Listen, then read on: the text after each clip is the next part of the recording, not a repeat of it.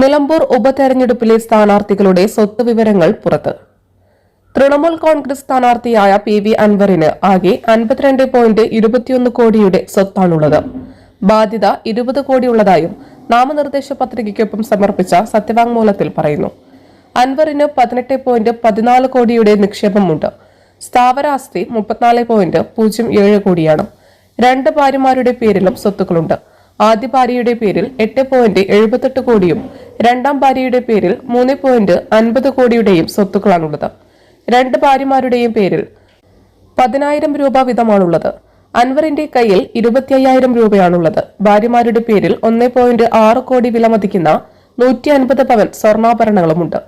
2021 നിയമസഭാ തെരഞ്ഞെടുപ്പിൽ സമർപ്പിച്ച സത്യവാങ്മൂലത്തിൽ 18.57 കോടിയായിരുന്നു അൻവറിന്റെ പേരിലടങ്ങുന്ന ജംഗമ ആസ്തി. ബാധ്യത 16.94 കോടിയും. അതേസമയം LDF സ്ഥാനാർത്ഥി M സ്വരാജിന് ആകെയുള്ള സ്വത്ത് 63.90 ലക്ഷം രൂപയാണ്. 20 ലക്ഷം രൂപയാണ് ബാധ്യത. ഭാര്യയ്ക്ക് 94.91 ലക്ഷം രൂപയുടെ സ്വത്തുക്കളുണ്ട്. 25.47 ലക്ഷം രൂപയാണ് ബാധ്യത. കൈവശമുള്ളത് 550 രൂപയും. സ്വർണമായി 25 പവനുണ്ട്. സ്വരാജിന്റെ പേരിൽ വാഹനമില്ല.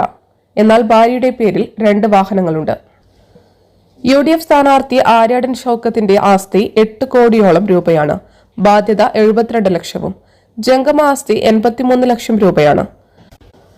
സ്ഥാപന വസ്തുക്കളുടെ ആകെ മൂല്യം 4 കോടിയാണ്. 800 ഗ്രാം സ്വർണവുമുണ്ട്. അക്കരയുടെ പൈതൃകം, ഇക്കരയുടെ കൗതുകം. അൽദാൻ അറേബ്യൻ ബേക്സ്. മനസ്സും വയറും ഒരുപോലെ നിറയ്ക്കാം.